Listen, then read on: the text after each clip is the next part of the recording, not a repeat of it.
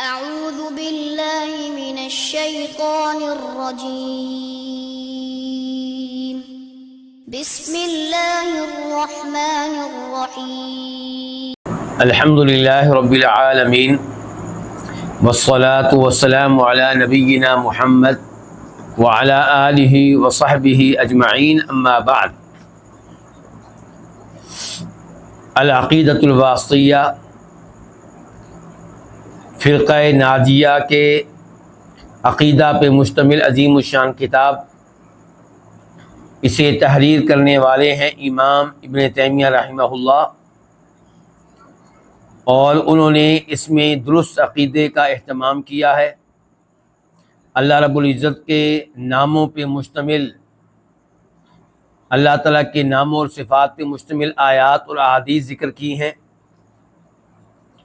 اور گزشتہ درس میں آغاز کیا گیا تھا ان آیات کا جن میں اللہ تعالیٰ کی سلبی صفات آئی ہیں، یعنی کہ وہ صفات جن میں اللہ تعالیٰ سے نفی کی جاتی ہے کئی عیوب کی۔ مثال کے طور پہ یہ کہنا کہ اللہ تعالیٰ کو نیند نہیں آتی، اللہ تعالیٰ پہ اونگ طاری نہیں ہوتی، اللہ کی اولاد نہیں ہے، اللہ کا کوئی شریک نہیں ہے۔ تو نہیں ہے یہ کون سی صفات ہوئی؟ سلبی صفات۔ یا یہ کہنا کہ اللہ اس چیز سے پاک ہے، اولاد سے پاک ہے، شریک ہونے سے پاک ہے، یہ بھی کیا ہوئی؟ سلبی صفات۔ تو آج ہم آغاز کریں گے سورہ اسراء، جس کو بنی اسرائیل بھی کہتے ہیں، اس کی آیت نمبر 111 کا 111۔ اللہ تعالیٰ فرماتے ہیں وَقُلِ الْحَمْدُ لِلَّهِ الَّذِي لَمْ يَتَّخِذْ وَلَدًا وَلَمْ يَكُنْ لَهُ شَرِيكٌ فِي الْمُلْكِ وَلَمْ يَكُنْ لَهُ وَلِيٌّ مِّنَ الذُّلِّ وَكَبِّرْهُ تَكْبِيرًا۔ وَقُلْ، اور آپ کہہ دیں۔ اللہ رب العزت نے یہاں پہ مخاطب کیا کس کو؟ ہمارے نبی علیہ الصلوۃ والسلام کو، اور کہا گیا ہے کہ آپ کہہ دیں، لوگوں کو بتا دیں، لوگوں کے سامنے تذکرہ کر دیں۔ کس چیز کا؟ کہ الحمدللہ الذی لم یتخذ ولدا، کہ تمام تعریفیں اس اللہ تعالیٰ کے لیے ہیں جس نے اولاد نہیں پکڑی، جس نے اولاد اختیار نہیں کی، جس نے اولاد نہیں لی۔ وَلَمْ يَكُنْ لَهُ شَرِيكٌ فِي الْمُلْكِ، اور جس کا سلطنت میں، بادشاہت میں کوئی بھی شریک نہیں ہے، کوئی بھی پارٹنر نہیں ہے۔ وَلَمْ يَكُنْ لَهُ وَلِيٌّ مِّنَ الذُّلِّ، اور جس کا کوئی بھی ولی نہیں ہے، من الذل، عاجز ہو جانے کی وجہ سے، وَكَبِّرْهُ تَكْبِيرًا، اور اس کی اچھی طرح کبریائی بیان کریں، بڑائی بیان کریں، عظمت بیان کریں۔ تو اس آیت کے آغاز میں کیا؟ الحمدللہ، تمام تعریفیں اللہ تعالیٰ کے لیے ہیں۔ الحمد کہتے کس کو ہیں؟ الحمد کا مطلب یہ ہوتا ہے کہ آپ زبان کے ساتھ کسی کی تعریف کریں اس کی خوبیوں کی وجہ سے، اس کی خوبیوں کے پیش نظر آپ اس کی تعریف کریں، چاہے وہ خوبی ایسی ہو جس کا لوگوں کو فائدہ ہوتا ہو، یا ایسی خوبی ہو جس کا لوگوں کو فائدہ نہ ہوتا ہو۔ اس کو کیا کہتے ہیں؟ حمد۔ تو حمد میں کیا ہوتا ہے؟ تعریف کرنا۔ تعریف کیسے کریں گے؟ زبان کے ساتھ۔ اور کس چیز پہ کریں گے؟ جس کی تعریفیں کر رہے ہیں اس کی خوبیوں پہ، لیکن ضروری نہیں کہ اس خوبی کا آپ کو فائدہ ہوتا ہو۔ ممکن ہے کہ وہ ایسی خوبی ہو جو اسی تک محدود ہو۔ مثال کے طور پہ علماء کرام اس کی مثال یوں دیتے ہیں کہ آپ کسی کی تعریف کرتے ہیں اس کی سخاوت پہ، وہ خرچ کرنے والا ہے، اس کا ہاتھ بہت کھلا ہے، تو یہ اس کی کیسی خوبی ہے؟ یہ ایسی خوبی ہے جس کا آپ کو فائدہ ہوتا ہے، معاشرے کو فائدہ ہوتا ہے، لوگوں کو فائدہ ہوتا ہے۔ اور کبھی آپ کسی کی تعریف کریں گے کہ وہ بہت اچھا گھڑ سوار ہے، کیا یہ ایسی خوبی ہے جس کا لوگوں کو فائدہ ہوتا ہے؟ نہیں. گھڑ سواری کرتا ہے، مقابلے جیتتا ہے، اس کا فائدہ اسی کو ہے. تو دونوں صورتوں میں یہ حمد ہے.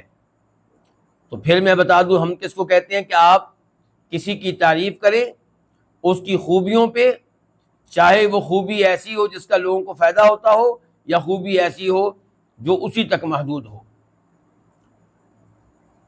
یہ کیا ہو گیا؟ الحمد. تو تمام تعریفیں للہ، اللہ تعالیٰ کے لیے ہیں. للہ یہ دو الفاظ ہیں، لام اور لفظ اللہ.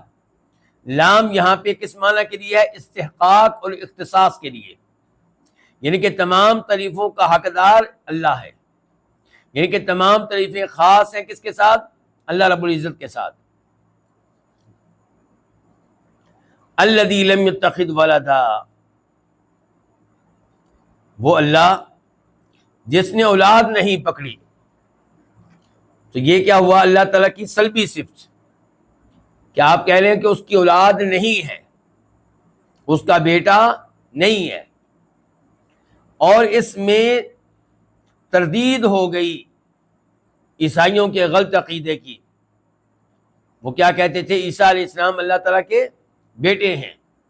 اس میں تردید ہو گئی یہودیوں کے غلط عقیدے کی. وہ کیا کہتے تھے؟ عزیر علیہ السلام اللہ تعالیٰ کے بیٹے ہیں. اس میں تردید ہو گئی مشرکین عرب کے غلط عقیدے کی. وہ کیا کہتے تھے؟ فرشتے اللہ کی بیٹیاں ہیں. اس میں تردید ہو گئی بعد میں آنے والوں کے غلط عقائد کی، جیسا کہ آج کل کئی لوگ پائے جاتے ہیں جو کہتے ہیں کہ نبی علیہ الصلوۃ والسلام اللہ کے ذاتی نور کا ایک حصہ ہے. ذاتی نور، یہ نہیں کہتے اللہ کا پیدا کردہ نور، اللہ کا. تو جب آپ اللہ کے ذاتی نور کا حصہ ہوئے تو اللہ کا حصہ ہوئے، اللہ کے بیٹے ہوئے. تو ان الفاظ میں ان تمام عقائد کی تردید ہے. تو یہ اللہ کی صفت ہے، سلبی صفت، کہ اللہ کی کوئی اولاد نہیں ہے. وَلَمْ يَكُنْ لَهُ شَرِيكٌ فِي الْمُلْكِ، اور اس کا بادشاہت میں، سلطنت میں کوئی شریک نہیں ہے، یعنی کہ ساری بادشاہت کا وہ اکیلا مالک ہے. دنیا میں کوئی ایسا ہے جو ساری زمین کا مالک اکیلا ہو؟ وہ ہو بھی جائے تو پھر بھی اللہ کے برابر کا نہیں ہوگا. کیوں؟ اللہ تو آسمانوں کے بھی بادشاہ ہیں. اللہ کی ملکیت سے، بادشاہت سے، سلطنت سے کوئی بھی چیز باہر نہیں ہے. تو یہ بھی اللہ تعالیٰ کی ایک سلبی صفت ہو گئی کہ بادشاہت میں، سلطنت میں اللہ کا کوئی شریک نہیں ہے. یہ کیا ہوا؟ اللہ تعالیٰ کا کمال. اللہ اس قدر کامل ہے کہ نہ اللہ اولاد کے محتاج ہے، نہ اللہ تعالیٰ بادشاہت کے معاملے میں کسی کے محتاج ہیں. دنیا میں وزیر اعظم محتاج ہے اپنا ملک چلانے کے لیے، محدود سا ملک چلانے کے لیے کتنے لوگوں کا؟ سینکڑوں لوگوں کا. سینکڑوں کیا بلکہ ہزاروں لوگوں کا. پہلے اس کو ضرورت ہے کس کی؟ منسٹرز کی، وزراء کی. پھر اس کو ضرورت ہے ہر وزیر کے نیچے ایک عملے کی، ایک پوری ٹیم کی. اکیلا ملک کا نظام نہیں چلا سکتا. مالک بھی نہیں ہے، اور مالک نہ ہونے کے باوجود اس ملک کا، اس کنٹری کا نظام چلانا چاہے نہیں چلا سکتا. اور اللہ تعالیٰ تنہا ہے، بادشاہت میں اللہ کا کوئی بھی شریک نہیں ہے. نہ انبیاء کرام علیہ السلام اللہ کے شریک ہیں، اور نہ اللہ کے مقرب فرشتے اللہ تعالیٰ کے شریک ہیں. وَلَمْ يَكُنْ لَهُ وَلِيٌّ مِّنَ الذُّلِّ، اور اللہ تعالیٰ کا کوئی ولی نہیں ہے. کیوں جی؟ اللہ کے اولیاء نہیں ہیں. اللہ کے کئی اولیاء ہیں. ہر نبی اللہ کا ولی ہے. ہر نبی اللہ کا کیا ہے؟ ولی ہے. اللہ تعالیٰ فرماتے ہیں الا ان اولیاء اللہ لا خوف علیہم ولا هم يحزنون الذین آمنوا وکانوا یتقون. کہ لوگوں یہ بات دھیان سے سن لو کہ جو اللہ کے ولی ہیں انہیں روز قیامت کسی قسم کا خوف نہیں ہوگا، کوئی خطرہ نہیں ہوگا، اور نہ انہیں اپنے ماضی کی زندگی پہ کوئی غم اور افسوس ہوگا۔ یا اللہ کون ہے تیرے ولی، ان کا تعارف کیا ہے؟ فرمایا الذین آمنوا، جو ہر اس چیز پہ ایمان لائے جس پہ ایمان لانا واجب ہے، وکانوا یتقون، اور جو تقوی اختیار کرتے ہیں۔ تقوی کس کو کہتے ہیں؟ کہ جس چیز کا اللہ نے حکم دیا اس پہ عمل کرنا، اسے اختیار کرنا، اور جس چیز اللہ نے منع کیا اس سے دور رہنا۔ تو اس ایسے پتہ چلا کہ اللہ تعالیٰ کے کئی ولی ہیں۔ اور جو ابھی آیت ہم پڑھ رہے ہیں سورہ بنی اسرائیل کی، اسراء کی آیت نمبر 111 111، اس میں تو اللہ تعالیٰ کہہ رہے ہیں وَلَمْ يَكُنْ لَهُ وَلِيٌّ، اللہ کا کوئی ولی نہیں ہے۔ تو دونوں آیتوں کو ایک ساتھ کیسے لے کر چلیں گے جی؟ تو جواب اس کا یہ ہے کہ اس آیت کو مکمل کریں۔ اللہ تعالیٰ کہہ رہے ہیں وَلَمْ يَكُنْ لَهُ وَلِيٌّ مِّنَ الذُّلِّ، اللہ کے ولی بہت ہیں لیکن ایک بھی ولی ایسا نہیں جو اللہ کی کمزوری ہو، ایک بھی ولی ایسا نہیں جس کے اللہ محتاج ہوں، ایک بھی ولی ایسا نہیں جو اللہ کی ضرورت ہو۔ یہ ولی اللہ کے محتاج ہیں۔ اللہ کسی ولی کے ذرا بر محتاج نہیں ہے، نہ اس کی عبادت کے محتاج ہیں، نہ اس کے تقوی پرہیزگاری کے محتاج ہیں، نہ اس کی نمازوں کے محتاج ہیں، نہ کائنات کا نظام چلانے میں اس کے محتاج ہیں۔ تو کیا پتا چلا کہ اللہ کے ولی بہت ہیں لیکن ایک بھی اللہ کا ولی ایسا نہیں جو اللہ کی کمزوری ہو، جس کے اللہ محتاج ہوں۔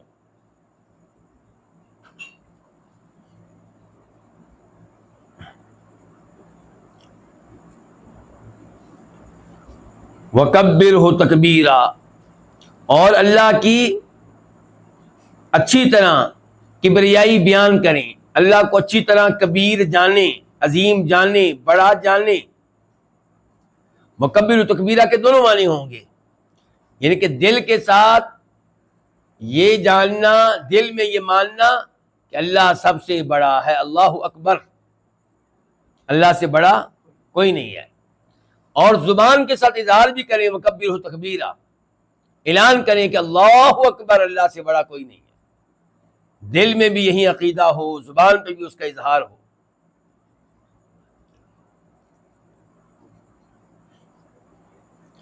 تو اس آیت میں اللہ کی سلبی صفات آئی ہے، نمبر 1 کہ اللہ کی کوئی اولاد نہیں ہے، نمبر 2 بادشاہ سلطنت میں اللہ کا کوئی شریک نہیں ہے، نمبر 3 اللہ کا کوئی ایسا ولی نہیں ہے جس کے اللہ تعالیٰ محتاج ہوں، جو اللہ کی کمزوری ہو، جو اللہ کی ضرورت ہو، بلکہ یہ سارے اللہ کے محتاج، اللہ کے ضرورت مند ہیں۔ فرمایا یا ایھا الناس انتم الفقراء الی اللہ، اے لوگو تم سب کے سب اللہ کے محتاج ہو، سارے ہی اللہ کے محتاج ہیں، کوئی ایک انسان نہیں جو اللہ کا محتاج نہ ہو، بلکہ ہر انسان ہر لمحے اللہ کا محتاج ہے، ہر انسان ہر لمحے، ہر گھنٹے، ہر سال، ہر مہینے، ہر دن، ہر گھنٹے، ہر منٹ، ہر سیکنڈ میں اللہ کا محتاج ہے۔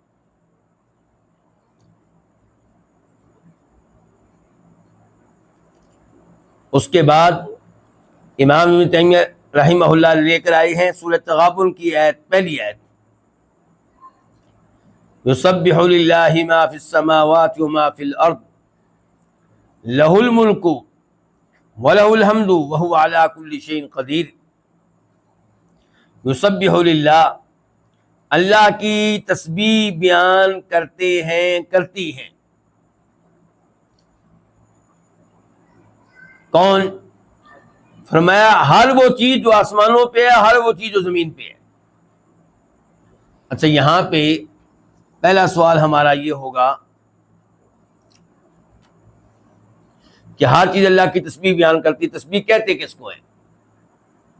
تسبیح کا مطلب ہوتا ہے اللہ تعالیٰ کو ہر طرح کے عیوب، نقائص، کمزوریوں، کوتاہیوں سے پاک قرار دینا، یعنی کہ ماننا کہ اللہ میں کوئی کمزوری نہیں ہے، کوئی عیب نہیں ہے، کوئی نقص نہیں ہے۔ اس کو کیا کہتے ہیں؟ تسبیح۔ تو تسبیح جو ہے یہ دلالت کرتی ہے اللہ تعالیٰ کی سلبی صفات پہ، کس پہ؟ نفی، کہ اللہ میں کوئی عیب نہیں ہے، اللہ میں کوئی کمزوری نہیں ہے، اللہ میں کوئی نقص نہیں ہے. یہ کون سی صفات ہوئی؟ سلبی صفات. تو فرمایا یسبح للہ، اللہ کے لیے تسبیح بیان کرتے ہیں وہ سب جو آسمانوں پہ ہیں اور وہ سب جو زمین پہ ہیں. ایک ایک مخلوق اللہ کی تسبیح بیان کر رہی ہے. لہ الملک، اسی کے لیے ہے ساری بادشاہت، ساری بادشاہت کا وہ اکیلا مالک ہے. وَلَهُ الْحَمْدُ، اور اسی کے لیے ہیں سب تعریفیں، تمام تعریفوں کا حقدار وہ اکیلا ہے. وَهُوَ عَلَىٰ كُلِّ شَيْءٍ قدیر، اور وہ ہر چیز کی قدرت رکھنے والا ہے. کوئی چیز ایسی نہیں ہے جو اس کی قدرت، اس کی قوت، اس کے کنٹرول سے باہر ہو.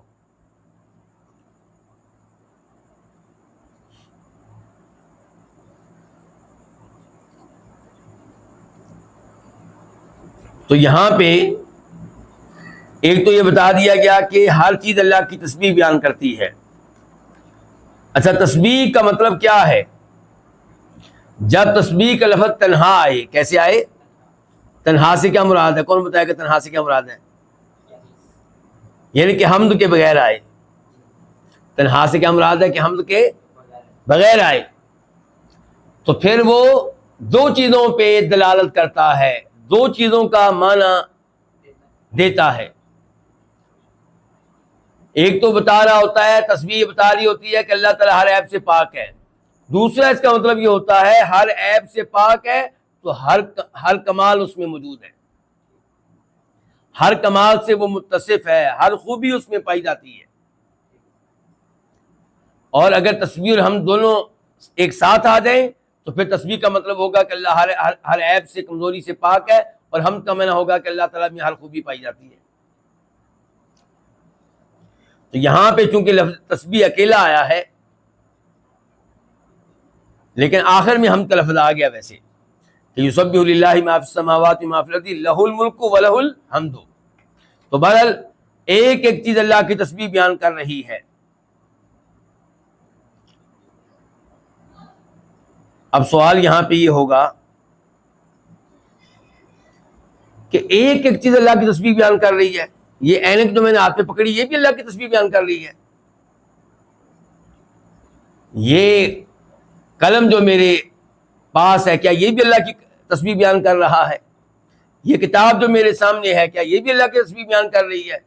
یہ موبائل جو میرے سامنے ہے کیا یہ بھی اللہ کی تسبیح بیان کر رہا ہے؟ یہ لائٹیں میرے دائیں بائیں، یہ پنکھا میرے اوپر، کیا یہ بھی اللہ کی تسبیح بیان کر رہے ہیں؟ جواب یہ ہے کہ بالکل.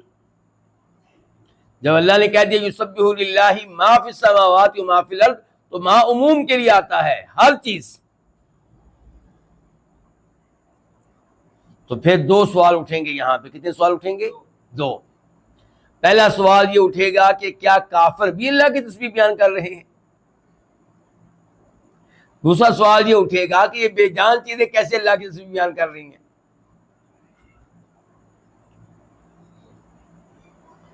تو جہاں تک تعلق ہے کافر کا، تو ہم کہیں گے کہ کافر بھی اللہ کی تسبیح بیان کر رہا ہے، لیکن زبان مقال کے ساتھ نہیں، زبان حال کے ساتھ. کیا آپ جانتے ہیں زبانیں دو ہوتی ہیں؟ ایک زبان حال، ایک زبان مقال. ایک وہ زبان جو بولتی ہے، یہ ہوگی زبان حال اور مقال، جو میرے منہ میں ہے، آپ کے منہ میں ہے. اور ایک ہوتی ہے زبان حال جو بولتی نہیں ہے. کیا مطلب؟ آپ کی کیفیت بتا رہی ہے کہ آپ کو اس وقت بھوک لگی ہے، آپ زبان حال سے بتا رہے ہیں کہ آپ کو بھوک لگی ہے. آپ کی کیفیت، آپ کی حالت بتا رہی ہے.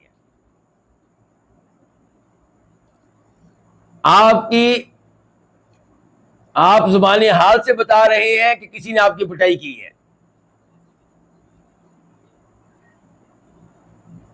آپ زبان حال سے بتا رہے ہیں کہ آپ اس وقت بڑے خوش ہیں، آپ کو کوئی خوشی ملی ہے. تو کافر جو ہے وہ زبان حال سے اللہ کی تسبیح بیان کر رہا ہے، زبان مقال سے بیان کرے یا نہ کرے. اس کافر کی حالت بتاتی ہے، اس کی کیفیت بتاتی ہے کہ کہ واقعی اللہ تعالیٰ ہر کمزوری سے پاک ہے.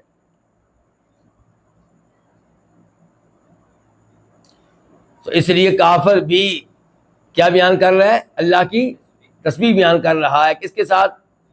زبان حال کے ساتھ.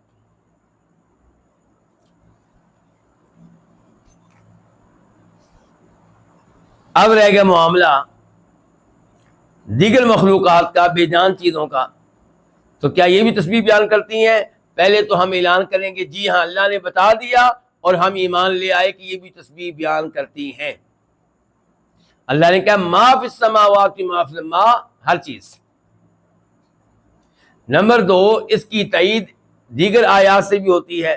مثال کے طور پہ سورہ بنی اسرائیل آیت نمبر 44 وَإِن مِّن شَيْءٍ إِلَّا يُسَبِّحُ بِحَمْدِهِ، اور نہیں ہے کوئی چیز. ان کا معنی یہاں پہ کیا؟ نہیں، کیونکہ آگے الا آ رہا ہے تو اس کا معنی کیا ہو جائے گا؟ نہیں. اور نہیں ہے کوئی بھی چیز الا مگر یسبح، وہ تسبیح بیان کر رہی ہے بحمدہ، اللہ کی حمد کے ساتھ. یعنی کہ ہر چیز تسبیح بھی بیان کر رہی ہے، حمد بھی. ہر چیز کہہ رہی ہے کہ اللہ ہر عیب سے پاک ہے، اور ہر چیز اللہ کی خوبیاں بھی بیان کر رہی ہے. فرمایا وَلَٰكِن لَا تَفْقَهُونَ تَسْبِيحَهُمْ، لیکن تم لوگ ان کی تسبیح کو سمجھ نہیں پاتے.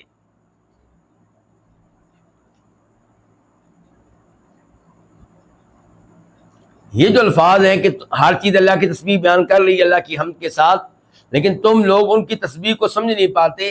اس سے کیا پتا چلا کہ کیا ہر چیز تسبیح بیان کر رہی ہے زبانی مقال کے ساتھ یا زبانی حال کے ساتھ؟ مقال کے ساتھ. اسی لیے تو اللہ نے کہا تم ان کی تسبیح کو سمجھتے نہیں ہو. تو اللہ تعالیٰ کے لیے کیا مشکل ہے؟ آپ کیوں حیران ہو رہے ہیں اتنے؟ جس اللہ کی تسبیح میں اور آپ بیان کر رہے ہیں کس چیز کے ساتھ؟ زبان کے ساتھ. یہ زبان کیا چیز ہے؟ گوشت کا ٹکڑا. تو گوشت کا ٹکڑا اگر یہ آواز نکال رہا ہے اور اللہ کی تسبیح بیان کر رہا ہے تو پتھر کیوں نہیں بیان کر سکتے؟ اگر پتھر بے جان ہے تو یہ زبان کا ٹکڑا بھی تو بے جان ہے. جس اللہ نے اس زبان کو قوت گویائی دی ہے، بولنے کی طاقت دی ہے، اس کے یہ پتھر کو بولنے کی طاقت دینا کون سا مشکل ہے؟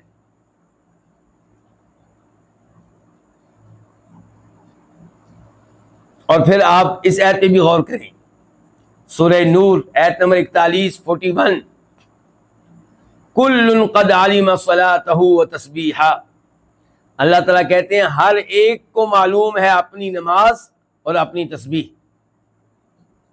ہر مخلوق کو پتا ہے اپنی تسبیح کا، کیسے اللہ کی تسبیح بیان کرنی ہے. تو اس سے بھی پتا چلا ہر چیز اللہ کی تسبیح بیان کر رہی ہے. اور پھر آپ اس پہ غور کر لیں، اللہ تعالیٰ فرماتے ہیں سورہ صاد میں آیت نمبر 18-19 میں 18-19 میں داؤد علیہ السلام کے بارے میں گفتگو کرتے ہوئے اِنَّا سَخَّرْنَا الْجِبَالَ مَعَهُ، کہ بے شک ہم نے پہاڑ مسخر کر دیے تھے داؤد علیہ السلام کے ساتھ. یسبحنا، وہ پہاڑ تسبیح بیان کرتے تھے بالعشی، شام کے وقت، والاشراق، اور صبح سورج چڑھنے کے وقت.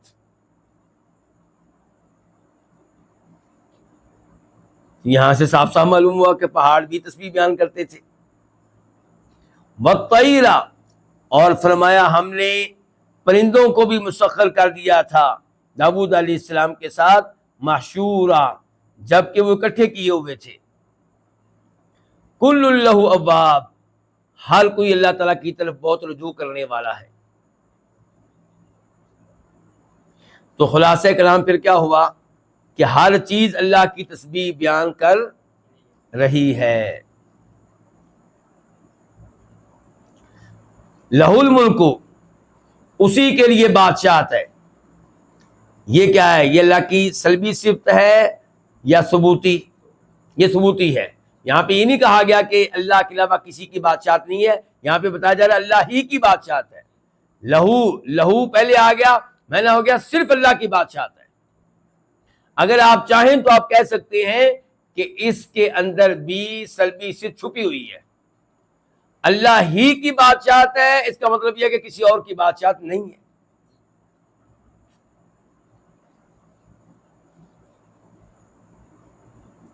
اچھا، یہ جو بار بار کہا جا رہا ہے اللہ ہی کی بادشاہت ہے، کسی اور کی بادشاہت نہیں ہے، تو پھر یہ جو بادشاہ دنیا میں پائے جاتے ہیں تو وہ بادشاہ نہیں ہے؟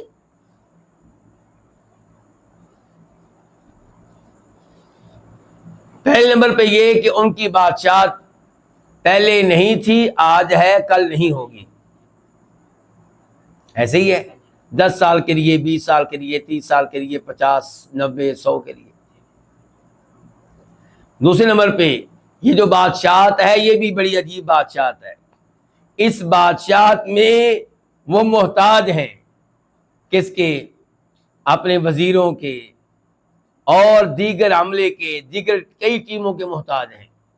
پانی کا سسٹم چلانے کے لیے ان کو کئی لوگوں کی ضرورت ہے، بجلی کہرباء کرنٹ کا سسٹم چلانے کے لیے انہیں کئی لوگوں کی ضرورت ہے، گیس کا سسٹم چلانے کے لیے انہیں کئی لوگوں کی ضرورت ہے، سڑکیں بنانے کے لیے ان کو کئی لوگوں کی ضرورت ہے، عدل و انصاف لوگوں میں قائم کرنے کے لیے وہ ایک دنیا کے محتاج ہیں۔ تو کہنے کا مطلب یہ ہے کہ بادشاہ تو نہ ہوئے پھر، بلکہ یہ بادشاہ محتاج ہوتے ہیں اپنے ڈرائیور کے بھی، یہ محتاج ہوتے ہیں اپنے کاتب کے بھی۔ تو کیا یہ بادشاہی ہے؟ اور پھر یہ بادشاہی بھی تب تک ہے جب تک اللہ چاہے گا، جب چاہے اللہ واپس لے لے۔ قل اللہم مالک الملک تؤتی الملک من تشاء وتنزع الملک ممن تشاء، یا اللہ تو جس کو چاہتا ہے بادشاہ دیتا ہے، جس سے چاہتا ہے چھین لیتا ہے۔ تو اصل بادشاہ تو پھر وہ ہوا نا۔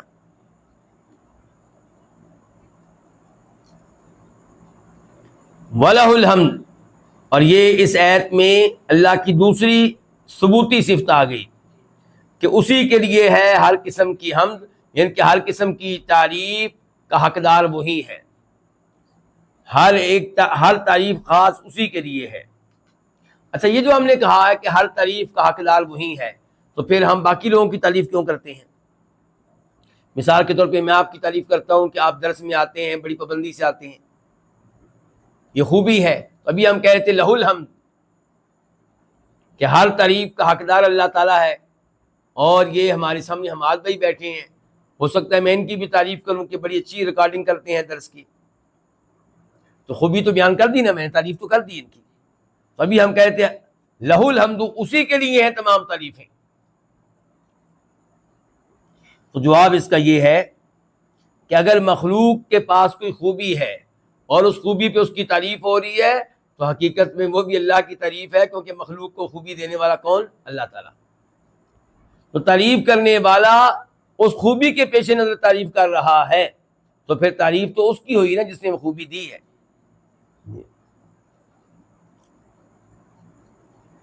وَهُوَ عَلَىٰ كُلِّ شَيْءٍ قَدِيرٌ، اور وہ ہر چیز پہ قدرت رکھنے والا ہے۔ قدیر اللہ کا نام ہوا، اور یہیں سے اللہ کی صفت معلوم ہوئی، کون سی؟ قدرت۔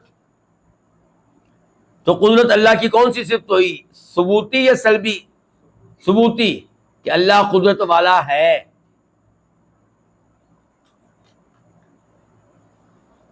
اب ہم بڑھتے ہیں اس آیت کی طرف جو اس کے بعد لے کر آئے ہیں امام ابن تیمیہ رحمہ اللہ، اور یہ دو آیتیں ہیں، سورہ فرقان کی آیت نمبر پہلی اور دوسری، آیت نمبر 1 اور 2۔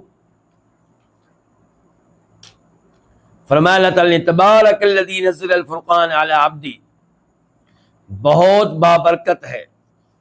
تبارک کا معنی کیا ہوگا؟ بہت بابرکت ہے، بہت برکت والا ہے۔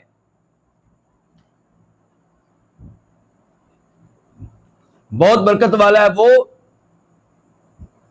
جس نے فرقان کو اتارا اپنے بندے پہ،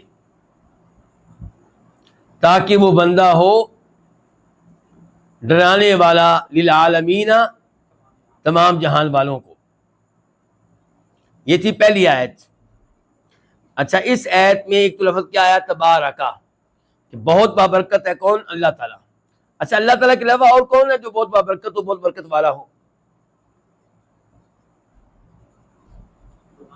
نبی علیہ الصلوۃ والسلام کیا برکت والے ہیں؟ بالکل بھی نہیں. برکت والا اکیلا اللہ ہے. تبارک کا لفظ صرف اللہ پہ بولا جائے گا, کسی اور پہ بولا نہیں جائے گا. نبی علیہ الصلوۃ والسلام میں اللہ نے برکت رکھی تھی. آپ برکت والے نہیں تھے, اللہ نے آپ پہ برکت ڈالی, تو آپ کیا ہوئے؟ مبارک. لیکن جو تبارک ہے وہ ایک اللہ تعالیٰ ہے.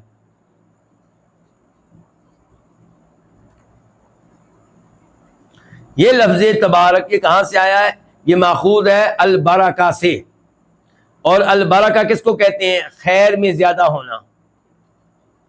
تو اللہ تعالیٰ بڑی خیر والا ہے, ایسے ہی ہے نا. البرکہ بڑا ہوا ہونا, خیر میں بڑا ہوا ہونا. اللہ تعالیٰ خیر میں بہت زیادہ ہے. البرکہ دائمی خیر والا ہونا, اللہ تعالیٰ دائمی خیر والے ہیں.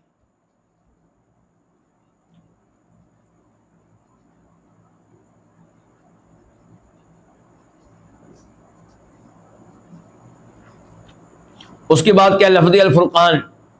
فرقان کس کو کہتے ہیں؟ فرقان وہ چیز جو فرق ڈال دے دو چیزوں کے مابین.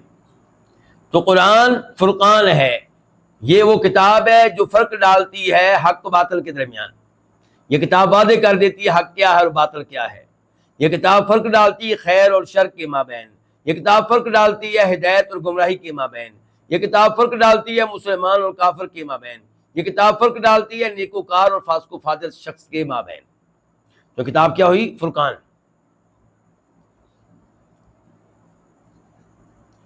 تبارک الذی نزل الفرقان. نزل بہت بابرکت ہے وہ جس نے تھوڑا تھوڑا کر کے نازل فرمایا.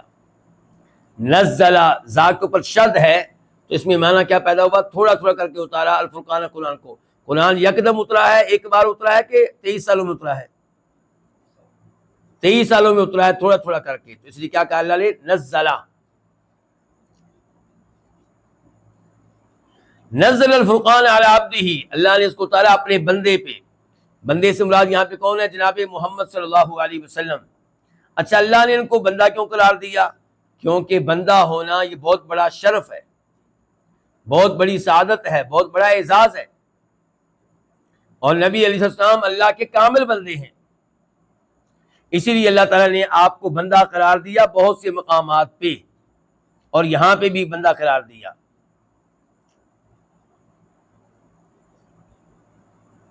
العالمین, جہان والے. یہ لفظ عالم کی جمع ہے. اس سے مراد کسی نے کہا کہ صرف انسان ہے, کہ اللہ تعالیٰ کہہ رہے ہیں کہ بابرکت ہے وہ جس نے اپنے بندے محمد علیہ السلام پہ فرقان کو اتارا, قرآن کو اتارا, تاکہ یہ محمد ہو جائے جہان والوں کے لیے کیا ہو جائے؟ نذیر دلانے والا. جہان والوں سے کیا مراد ہے؟ کسی نے کہا کہ اس سے مراد انسان ہے, اور کسی نے کہا اس سے مراد انسان اور جن دونوں ہیں, اور یہی بات صحیح ہے, کیونکہ آپ علیہ السلام کو نبی بنا کر بھیجا گیا جنوں کے لیے بھی اور انسانوں کے لیے بھی. جیسا کہ قرآن کریم کی اس آیت سے پتہ چلتا ہے, سورہ قاف آیت نمبر 29 وَإِذْ صَرَفْنَا إِلَيْكَ نَفَرًا مِنَ الْجِنِّ, اور جب ہم نے آپ کی طرف جنوں کے ایک گروہ کو بھیجا, یستمعون القرآن, اس حال میں کہ وہ غور سے قرآن سن رہے تھے. فلما حضروہ, جب وہ حاضر ہوئے, قالوا, کہنے لگے, انصتوا, خاموش ہو جاؤ. کس کو کہنے لگے؟ ایک دوسرے کو, خاموش ہو جاؤ, جلد دھیان سے سنو یہ کلام. فلما قضی, جب اطلاع اپنے اختتام کو پہنچی, تو ولوا الی قومہم منذرین, تو وہ اپنی قوم کے پاس واپس گئے نذیر بن کر, ڈرانے والے بن کر, رہبر و رہنما بن کر. تو پتہ چلا کہ نبی علیہ السلام نذیر, آپ نذیر ہیں عالمین کے لیے, انسانوں کے لیے بھی اور جنوں کے لیے بھی.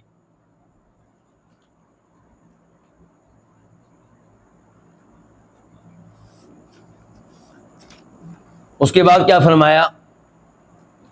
اچھا, یہ بھی ایک بات طے ہو جائے, لیکونا, یعنی کہ اللہ تعالیٰ نے اپنے بندے پہ تھوڑا تھوڑا کر کے فرقان اتارا تاکہ وہ ہو جائے جہان والوں کو ڈرانے والا. کون ہو جائے؟ قرآن ہو جائے یا محمد ہو جائے علیہ الصلوۃ والسلام؟ تو جواب یہ کہ یہاں پہ مراد خود اللہ کے نبی علیہ السلام ہے. کیوں؟ کیسے پتہ چلا ہمیں؟ کیونکہ آخر میں تذکرہ آپ کا ہی آیا علی عبدہ. قرآن کا تذکرہ تو پہلے آیا تبارک الذی نزل الفرقان، فرقان پہلے علی عبدہ بعد میں ہے. اور عربی زبان میں ضمیر لوٹتی ہے اس لفظ کی طرف جو قریب ترین ہوتا ہے. لیکون، تاکہ یہ بندہ ہو جائے. اچھا میں نے کہا تھا اس سے مراد اللہ کے رسول ہیں. ایک تو اس لیے کہ قریب میں تذکرہ آپ ہی کا ہوا ہے، دوسرے نمبر پہ اس لیے کہ قرآن کریم کی دیگر آیات سے ہمیں یہی پتہ چلتا ہے کہ نذیر آپ ہیں. اگرچہ قرآن بھی نذیر ہے لیکن عام طور پہ لفظ آپ علیہ السلام پہ استعمال کیا گیا ہے. غور کریں اس آیت پہ. وَإِنَّهُ لَتَنزِيلُ رَبِّ الْعَالَمِينَ، سورہ شعراء. اللہ تعالیٰ کہہ رہے ہیں کہ یہ قرآن رب العالمین کی طرف سے نازل کردہ ہے. نازل بہ الروح الامین، اس کو لے کر اترے ہیں روح الامین یعنی کہ جبریل علیہ السلام. علی قلبی کا، اللہ کے رسول جبریل اس کو لے کر اترے آپ کے دل پہ. لِتَكُونَ مِنَ الْمُنذِرِينَ، تاکہ آپ ہو جائیں ڈرانے والے. تو یہاں پہ بھی نذیر کس کو قرار دیا گیا؟ اللہ کے رسول کو. یعنی کہ اللہ کے رسول نذیر ہوں گے، ڈرائیں گے قرآن کے ذریعے. ایسی آیت آتی ہے سورہ نام میں، آیت نمبر 19 لِأُنذِرَكُمْ بِهِ وَمَنْ بَلَغَ، تاکہ میں تمہیں ڈراؤں. میں کون؟ اللہ کے رسول. تاکہ میں تمہیں ڈراؤں بھی اس کے ساتھ. کس کے ساتھ؟ قرآن کے ساتھ. وَمَنْ بَلَغَ، تمہیں بھی ڈراؤں اور ان کو بھی جن جن تک قرآن پہنچے.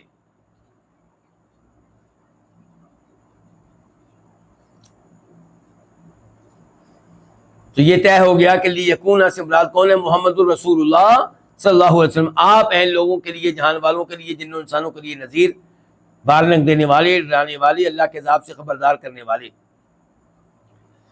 اگلی آیت میں ہے الذی لہ ملک السماوات والارض، یہ جس نے اپنے بندے پہ فرقان اتارا ہے، قرآن اتارا ہے.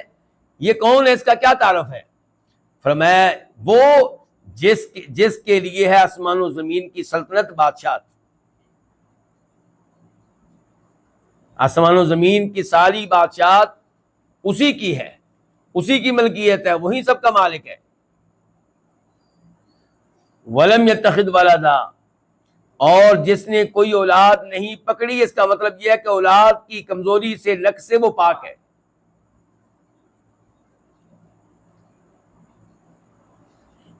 ولم یکن لہ شریک فی الملک، اور اس کا بادشاہت میں کوئی شریک بھی نہیں ہے. پہلے کہا گیا تھا آسمان و زمین کی ساری بادشاہت اس اکیلے کی ہے، اور اب بتا دیا گیا کہ اس کا اس بادشاہت میں کوئی شریک، کوئی پارٹنر نہیں ہے.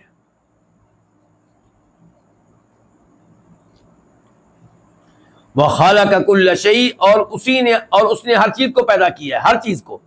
اللہ خالق کل شیء. تو یہاں پہ آپ کے 4 اوصاف ذکر کیے گئے ہیں. ایک تو یہ کہ آسمان و زمین کی ہر چیز کی ملکیت آپ کی ہے، سلطنت آپ کی ہے، آپ ہر چیز کے کیا ہے؟ مالک ہیں، یعنی کہ اللہ تعالیٰ. دوسرے نمبر پہ اللہ تعالیٰ نے کوئی اولاد نہیں پکڑی، اولاد نہیں اختیار کی. تیسرے نمبر پہ اللہ تعالیٰ کا بادشاہت میں کوئی شریک بھی نہیں ہے. چوتھے نمبر پہ ایک ایک چیز کا خالق وہ ہے. فقدر تقدیرہ، ہر چیز کا خالق بھی وہی ہے اور ہر چیز کا اندازہ بھی اسی نے مقرر کیا ہے. اللہ نے اندازہ مقرر کیا ہر چیز کا، اس کو کتنی عمر دینی ہے، کتنا مال دینا ہے، کتنا رزق دینا ہے، یہ سب کچھ.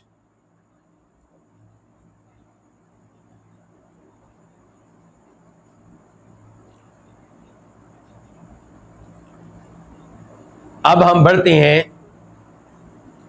سورہ مؤمنون آیت نمبر 91 اور 92 کی طرف، 91 اور 92 کی طرف.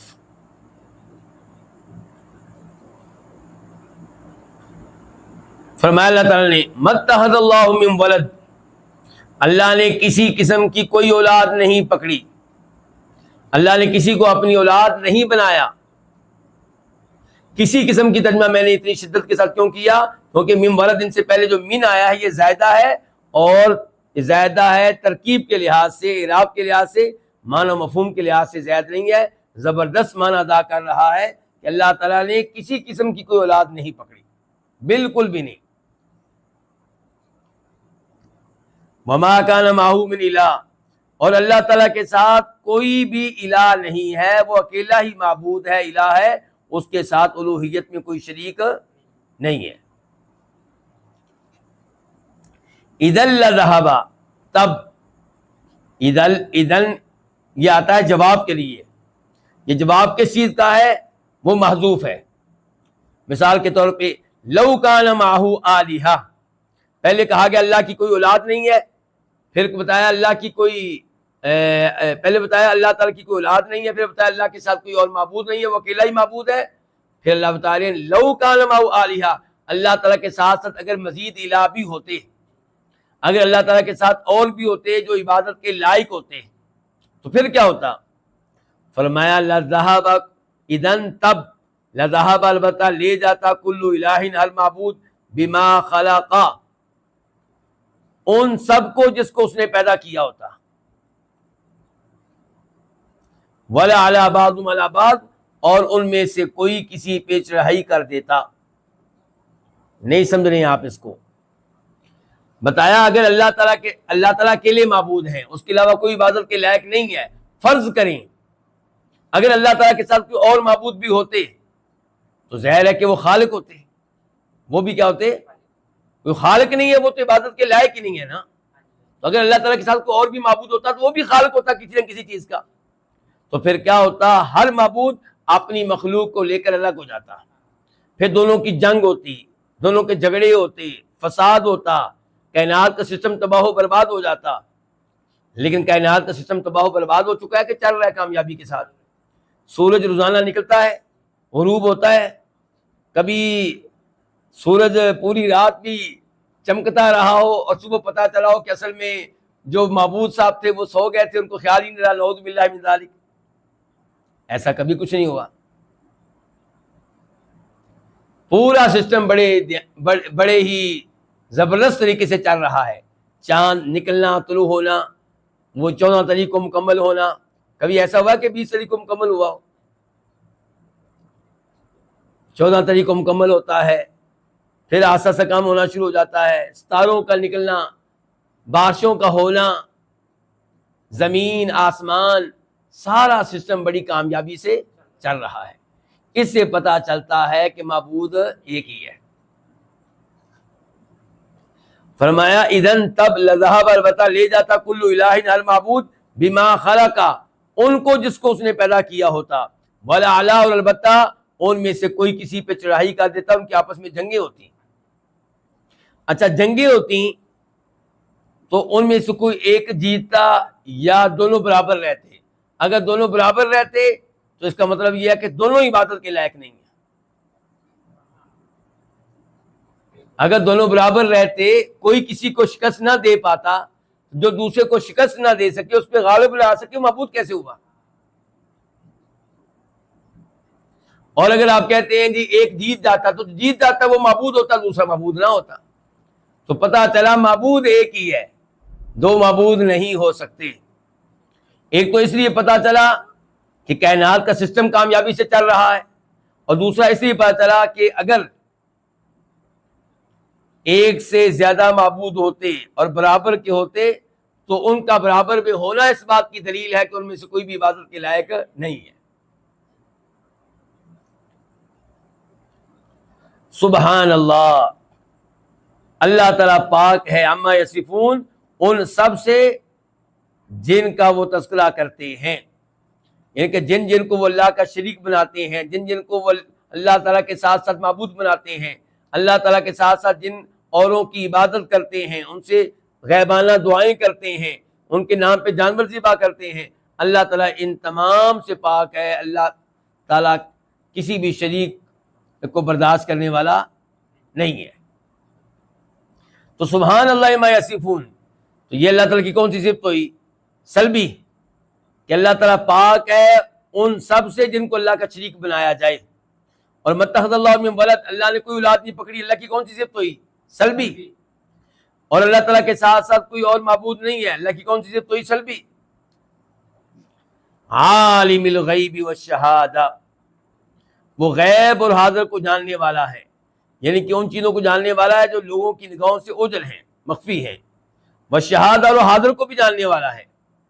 فتعالی پس وہ بہت بلند ہے، عما یشرکون ان سب سے جن کو وہ اللہ کا شریک کرتے ہیں۔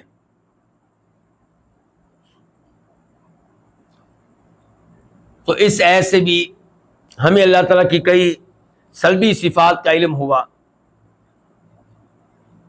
اور اللہ تعالیٰ کی ثبوتی صفات کا بھی علم ہوا۔ مثال کے طور پہ عالم الغیب و شہادہ، وہ غیب اور حاضر کو جاننے والا ہے، تو اللہ تعالیٰ کی صفت علم کا پتہ چلا۔ اور یہ اللہ کی ثبوتی صفت ہے یا سلبی؟ ثبوتی کہ ہے، نفی نہیں ہے بلکہ اس بات ہے۔ تو یہیں پہ آج کے درس کا اختتام کرتے ہیں۔ ان آیات میں اللہ کی سلبی صفات کا تذکرہ آیا ہے، اسی مناسبت سے امام صاحب ان آیات کو ذکر کر رہے ہیں۔ واللہ تعالی اعلم، وصلی اللہ تعالی علی نبینا محمد وعلی آلہ وصحبہ اجمعین۔